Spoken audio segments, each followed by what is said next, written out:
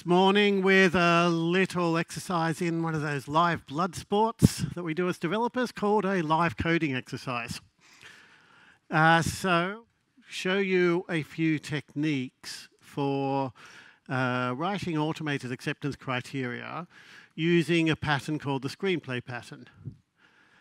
I'm just going to be testing a very simple application. So it's a contact list basically where you have a list of contacts, you can add new contacts, and then see the contacts appear. So it's a simple Node.js application running on Heroku, so nothing very fancy. But hopefully there will be enough to test to get so that we can fill up 40 minutes. So what I'm going to first do is start off with creating a project. So I want to create everything from scratch. I'm going to be using Serenity. So Serenity is a Java library. There's also a JavaScript version, which provides built-in support for the Screenplay pattern. I'll talk you through what the Screenplay pattern is as we go, because otherwise that would be a whole talk in itself. So you'll be learning on the job, so to speak. So group will be SC London, contact list, that'll do. And now I'm going to import this project into IntelliJ. Here we go. So the archetype is either Maven or Gradle. I'll just flick through the options, and here we have a little empty project. Now, this project is just an archetype, so it's a template. It doesn't really have very much in it. So the first thing I want to do is add a real feature. So it's got a demo feature, but that one's boring. So I'm going to add a new one. So let's call this contacts. I want to move that.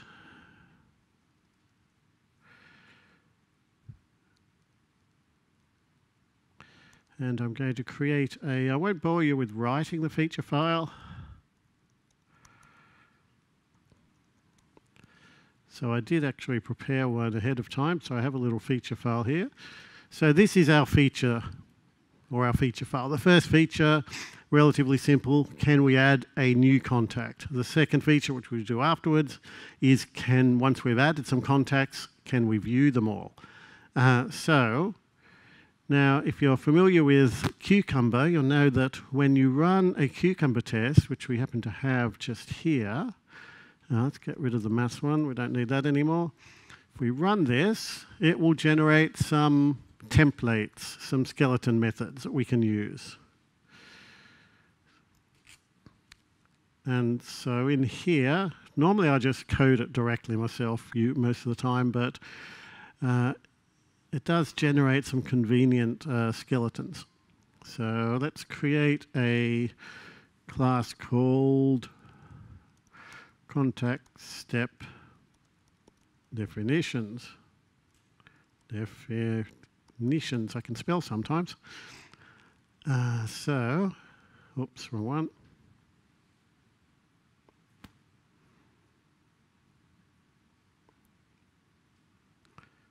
That should do it.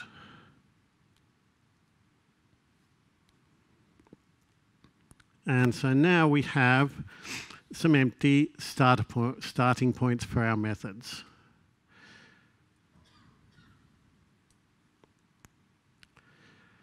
Now, if we go through them, what do they actually do? Given there are no contacts in the list, now normally we'd clean up the database and prepare things. We're not going to do that now because that's boring. We'll have a look at data stuff later. Let's get straight into the interesting stuff. Sally wants to add a new contact. Now, Screenplay, in a normal traditional WebDriver test, you'd probably say, okay, we get a driver and we start looking up stuff and clicking on stuff. Don't do that in Screenplay. Screenplay, the approach is that you want to model not the application, but the user behavior. Modeling the application, modeling the user interface ties you to the user interface. It limits your thinking. What you're really modeling, your domain, when you're building an application, a set of application acceptance criteria, is the behavior of the users. It's not the application. You're already modeling the application. It's called the application code. The tests do not model the application code. So page objects, forget page objects. We don't use page objects in Screenplay. We model user behavior. So that's what we're going to do. So we have this concept of actors. And Sally, who is I can't remember why she's called Sally. There was a reason. Normally my persona have meaningful names. Like it would be Sally the supervisor. And I can't remember why Sally is called Sally. But anyway, she's called Sally. Sally is an actor. We also have some contact details here, where we have name, email, mobile, and work phone number. So let's pass them in as a map. So I could use the Cucumber raw data table, but it's a bit boring, a bit tedious to use. So rather than that, I'll just convert it directly to a map. Contact. And so now what I'm going to do is take my actor and do some stuff. But before I take my actor, Screenplay, the reason we call it Screenplay is that you have actors, you also have a stage, and you can call actors onto the stage and use those actors. But you have to set things up first. So you have to define your stage first. So we're going to set up a little before method called setTheStage. And we need to do this to prepare. We need to do it in Cucumber. If you're doing this in JUnit, you don't necessarily do it this way, but in Cucumber, you're basically saying we want to name arbitrary users, so we want to be able to call them onto the stage by giving them a name. And you can have different actors with different names that might have different browsers. So that's what we're doing here. We say on stage, set the stage. We're going to create a new cast of actors. The simplest cast is an online cast, so a cast of actors who know how to browse the web with WebDriver. You can make your own casts as well, but this is just the simplest approach. So let's make that a static import. Come on, you can do it. Okay, let's make it a static import later on. So now we're back to Sally. So we've got Sally, actor name, and we've got our contact. So the way we would express this in business terms you will not say, I'm going to click on this button, I'm going to fill in this field. In business terms, you would say, well, I'm a user, I want to add a contact. I want to open the application, I want to add a contact. So that's what we do. We say on stage, the actor called Sally. She's going to attempt to do something. We always attempt to do things because sometimes it doesn't work. So we attempt to open the application, I don't know, on the home page. I'm just making stuff up here. And then I might want to add a new contact with details. Contact. So I've just made up a DSL there. I've just invented a DSL. And that's what you do in Screenplay. You invent a DSL to describe your business behavior. And then you implement that behavior. So I haven't talked about screens or anything yet. I kind of had with the home page, but that's about it. So now I'm going to create some classes. These are what we call actions or tasks. So I'll put them in the tasks package. So open the application on the home page. This is a very simple task. Now in Screenplay, basically the way it works is you have an actor that performs tasks. Each task is an object. The object implements the performable interface. That's it's a command pattern. So here we need to return a performable. So I could create a new performable. I could say new performable and do some stuff. Or I could use a shortcut. There are a whole lot of shortcuts to make life a little bit easier. I could say task where, curly bracket 0, which is the name of the actor, where Sally opens the application. And what does this involve? Now, Serenity comes with a whole lot of bundled tasks that you can use, and one of them is open. So open a URL. I'm going to be really, really lazy and just hard code the URL here, but obviously normally you'd set it up as something a little bit more configurable. But that would take a little bit more time than I want to spend here on this stuff. So that's all we need to do. We've got task where Sally opens the application. How does that work? Well, she opens a URL. So we're describing what we're doing in the business tasks and how we do it inside the tasks. Always at least those two levels of abstraction. Now we've got add a contact. Now it gets a bit more interesting. So once again, this is a task. So I'm going to put it in the task directory. Now this guy, I want to make this a performable because it's a little bit more sophisticated, and I want to show you both approaches. So implements performable. So the performable is a little bit more boilerplate code that you need because you need to implement an interface, but it gives you a little bit more flexibility. So here we have add a contact with details. I'm basically using a builder pattern. So this with details needs to return a performable, which is this guy. So I want to return a new performable. I'm going to need to keep track of those contact details, so I'll keep them. I'll create a constructor, keep track of that inside. So the builders are basically just a DSL to create a performable object with all the parameters that you need to do the work.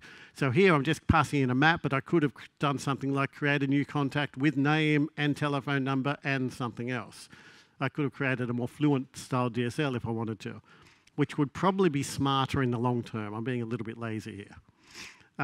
So the other trick here, or constraint, is that for technical reasons, I need to create an empty constructor. I can explain in the break why, but for the moment, trust me, you need an empty constructor. So here we have our performable, and the real action happens here. So what do we want this performable to do? We want it to click on the new button and then fill in these fields. So new, what's going on here? New is it's a button, I think. It's a button with a text. Boring XBAR stuff. So what do I do here? I don't do any WebDriver stuff here directly. What I do is I describe the behavior of the actor, but at one notch down, one level down. So the actor always attempts to do stuff. But what's the actor attempt to do? We've already opened the application, so we just need to click on the to-do list new button, and then we're going to need to enter some values. Enter the value of, so we've got contact, get, what was it? It was name, email, mobile, work, name. Enter the value into the list is over here. We've got a new contact form. So I guess I'll call this a new contact form. So a new contact form, name. And I guess I could repeat that for each. So name, email, new contact form, email, mobile, I think it was. And work. So you see here at one notch down, I'm creating the DSL at the next level down. And then the last thing I need to do is click on the new contact form. It's not auto-completing for some reason. Maybe because nothing exists yet. So create. New contact form, create. So you see I'm discovering the code that I need. So this is a very sort of TDD way of working. I'm discovering what I need to code before I code it. So no second guessing. I figure out what I need, then I make it. So I don't waste time speculating about what code I actually might need. I just create the code that I do need. So this is a UI component. This is the closest we have in Screenplay to page objects. But page objects normally have behavior associated with them. In Screenplay, I could hard code WebDriver locators here, but that would be messy. So I'm going to have a separate class which describes how to locate them. Now, there are a couple of ways I can do this. I can do a plain string. I can do a by locator. I can use what a slightly more sophisticated approach called a target. I'm going to do that here just to show you what it looks like. The target is basically a locator associated with a label. And the reason we do that is locators can be messy and hard to read. Labels are easy to read. So in the reports, we can say Sally clicks on the create button, as opposed to Sally clicks on XPath. So target the new button. And how do we locate that? Located by, and what was it? It was by some XPath. So I can type the XPath directly. So the XPath where the contents equals new. That look right? Yeah, maybe. You just want to see it fail, don't you? So here we go. That's our first target. Then we do the same thing here, except it's a different part of the screen, so I've got a different object. Why don't I have one class per page? Because, I don't know, maybe that form could be on other pages. Maybe the list could be elsewhere. What's a page mean these days? So I'm thinking more in terms of bits of the screen that have a similar reason or the same reason to change, as opposed to just a page. And I'll group things that have the same reason to change in one place. So that's more my thinking. So the contact form, they're all sort of related concepts. So again, I'll have a target. Target name equals target, wrong target. The screenplay one. So target, the name field, located, and I think, let's have a look at what this thing is. That's the email. So we've got a name equals contact email. This one is a name equals contact name. So we can do it by name. Located by name. This is contact name. So if we repeat that pattern for the other ones as well, we have name, we have email, email field, contact email, phone. Now phone, let's check what phone is. It's contact phone mobile, and it's not phone, it's mobile. So contact phone mobile. And then the other one was work, contact phone work.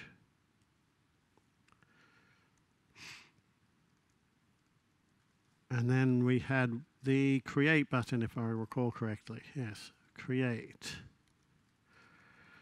So that would be that name, email, mobile, work, and the create button, which would be located by XPath.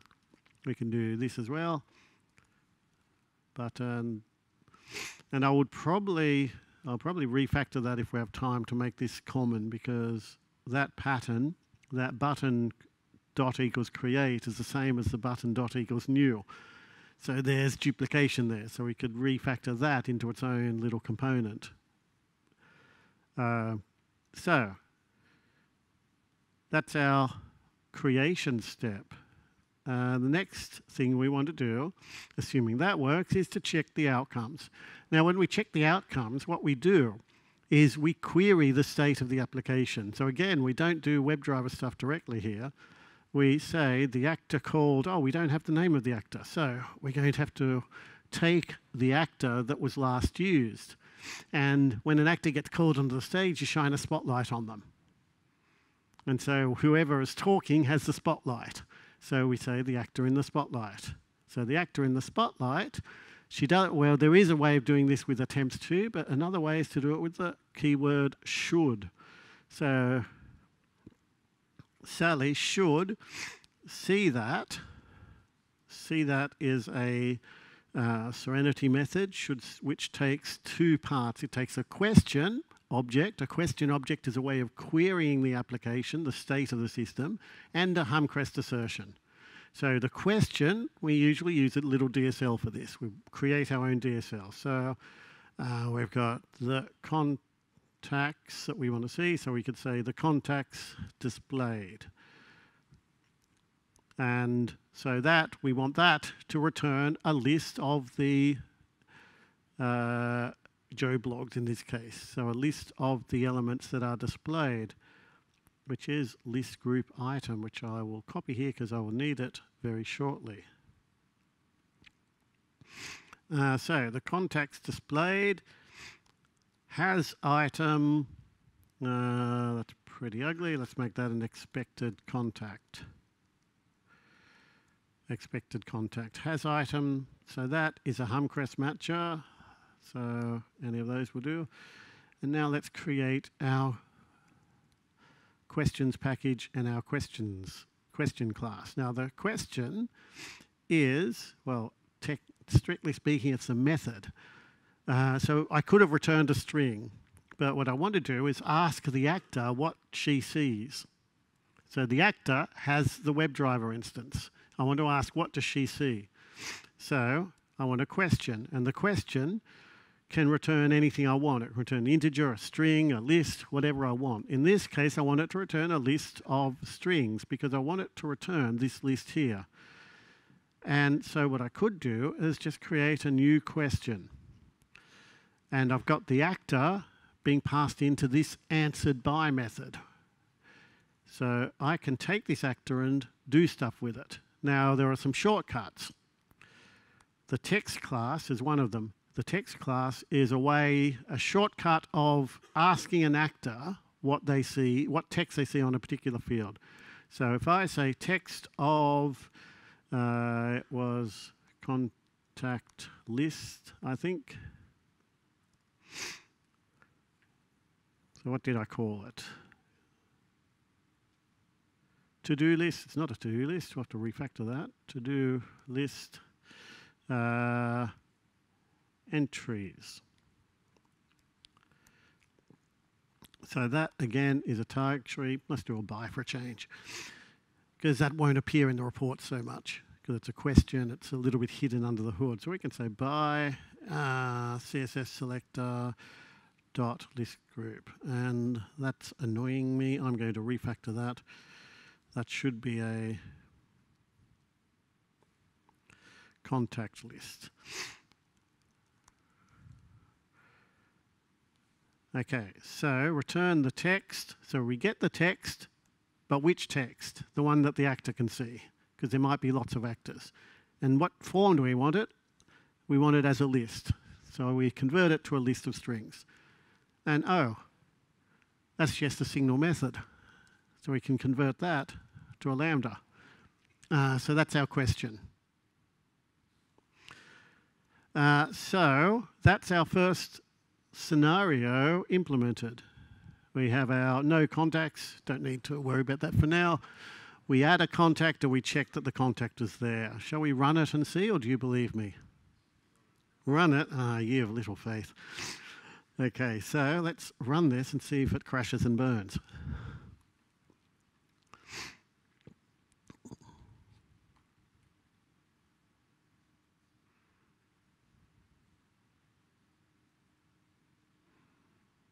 Okay, so that works. So the next thing we want to do is the view contacts.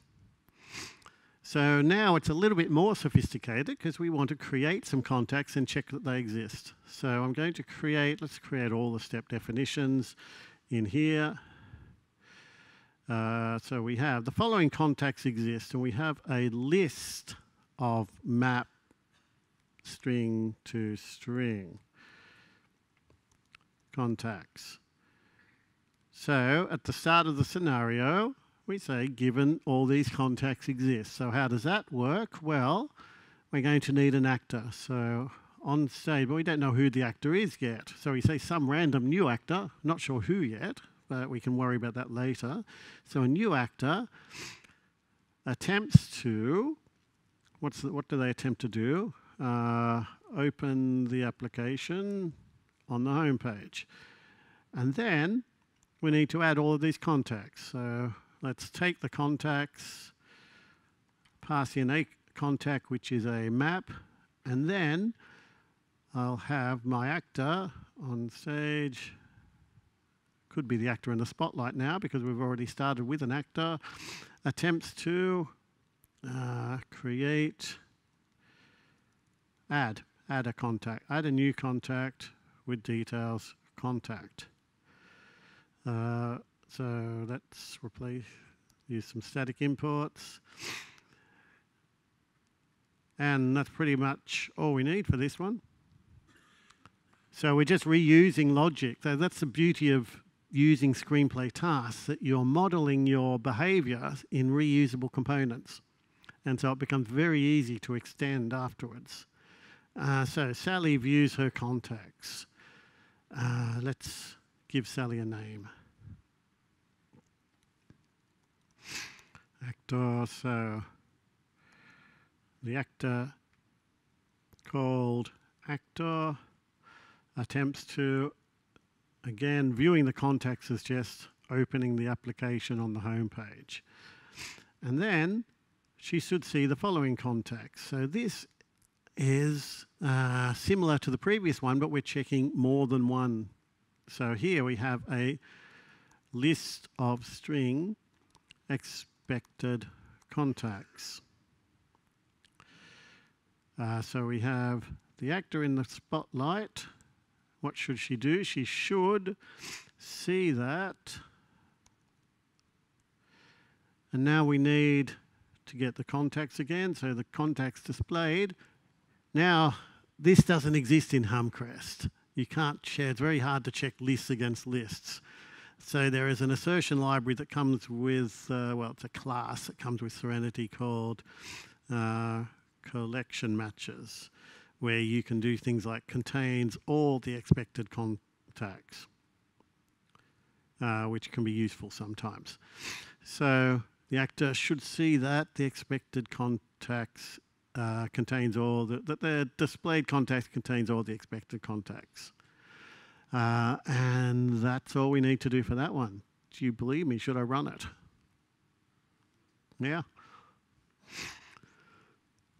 So I've just basically coded that one using the components that I'd already built. So that's one of the big things with Screenplay. It allows you to scale the tests. You spend a bit of time initially thinking about the DSL and coming up with a nice scalable, extensible DSL, and then it scales very well. It's easy to add tests. It becomes very quick to add new acceptance criteria. So it allows you to continue on in large projects. It lets you keep your automation in the sprint, which a lot of teams struggle with. So that's it. I'm done. Oh, well, that's a bit rubbish, isn't it? I've got all these contacts that stay in the list. That's a bit rubbish. Maybe we should delete them. Yeah. So I'll just pay someone to sit by and delete them by hand. How's that sound? Okay, so another thing we might do is delete them using the code that we've already written. Now, there are two approaches we could do. We could do what I just did there. Open up the list, click on the button, and so forth. Or we could delete them using a REST API. I've got 15 minutes left. I'm not sure whether I'll get through all the code. We'll see how far we get. Because the first thing I want to do is, before I delete them, this code here, given the following contact exists. Do we need to do that through the UI? We've already proved that that screen works. There's no point laboring the point. We can do that through a REST API as well. So what I'm going to do here is, in this bit of code, I'm going to refactor the attempts to code. So what I'd really like to do is say, add a new contact with details. That's all right. We still want that to work. But I want to be able to say something like via the API or something. I'm just making that up. I want to be able to switch over to API mode without touching any of my existing logic. So here, I'll need this to return and add a new contact and not a performable, because I want to add a method via the API. Now to do this cleanly, this is a separate concern, so it's a separate task. Yeah? So I'm going to need something like, how would I write this? Using the REST API, add contact with details, and I have some contact details, I believe. So I've just created, or I could create a dedicated task just for adding. I'll just show you a few different techniques here. So there's not one absolute way of doing this. You're designing a DSL, so the DSL is whatever you find makes sense for in the context of your project. So I'm mixing a few ways of doing things here. So I've got a class called using the REST API. And then I want to add some contact details. And to add some contact details, I have a map. And now, if we go here, if I query this, well, here you can see, I'm not sure whether you can see, what the internal representation looks like. So we have an ID, we have a name, an email, and then we have a phone object which contains a work and a mobile. And if we post that JSON structure to this endpoint, then it will create a new object for us, a new contact. So it's pretty straightforward. It's Java, so it's clunky to get the JSON stuff, but it's still relatively straightforward. So what I can do is create a map, string to object, contact JSON, new hash map, and then I want to add just basically, in a real project, I'd figure out a more sustainable way of doing this, but I'll just do it by hand for here. So I want to put, so what was it, name, contact, get name, email, contact email, and then put phone. I'm going to need a new map here. So can use the Guava immutable map of, and I want to a mobile,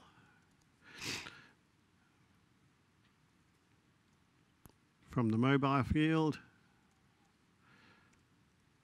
and the, what was the other one, work.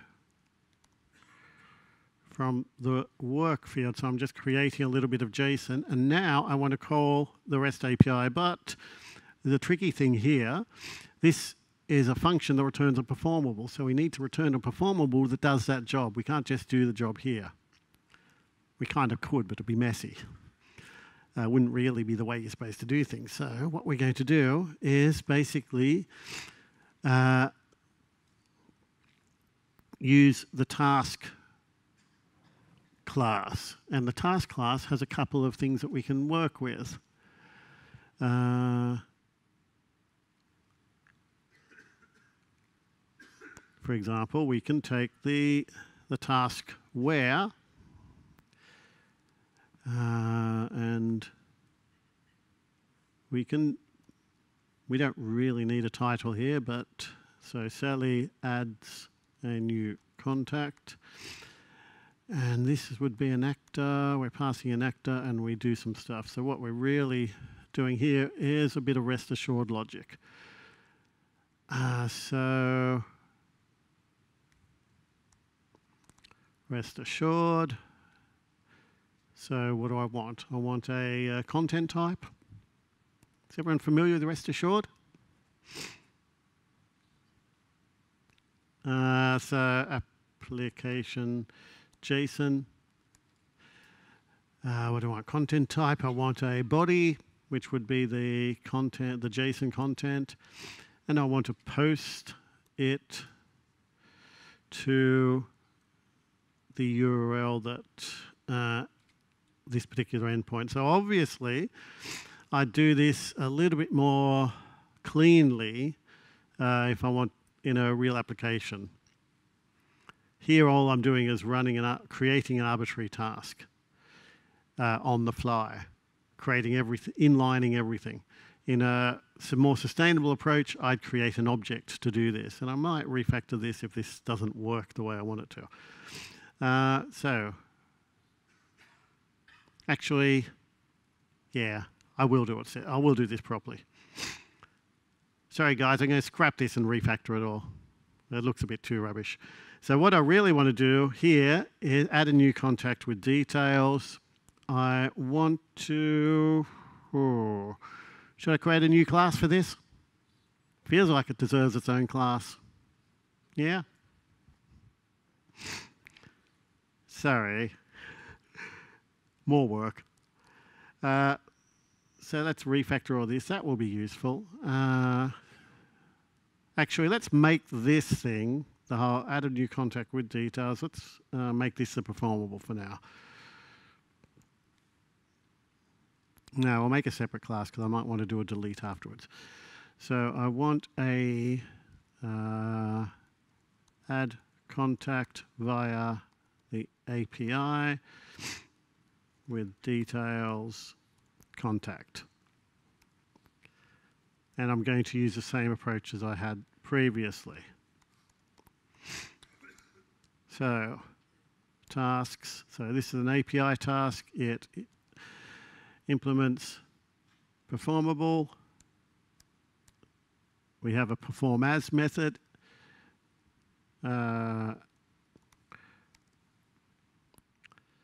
Now, in a real application, we will often do this because often you'll need to keep track of tokens to query REST API, so the actor can keep track of the tokens. So there is a reason that we have an actor floating around. So return new add contact via the API. We're going to pass in the contact details, create a constructor. This is the same pattern as we used previously. And default constructor. And here we have that logic that we had earlier, except we don't need the tasks where we just actually do the work.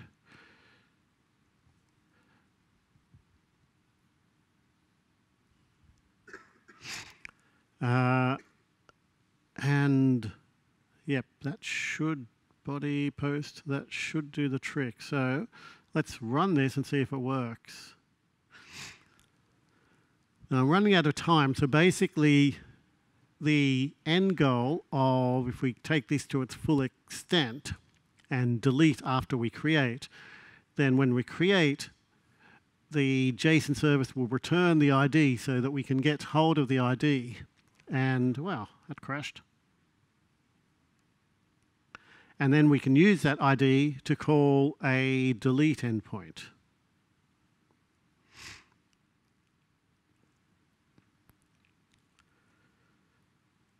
So I managed to break the first one. Second one worked, broke the first one.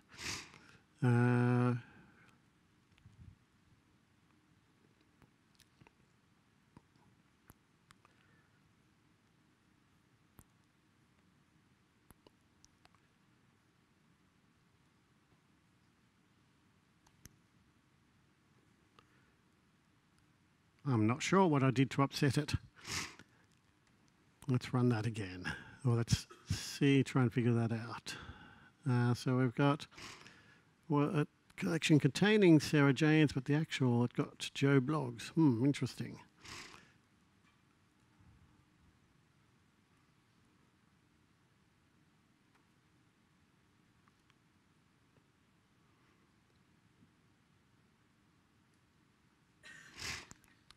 I may have upset it with my mucking around with the data.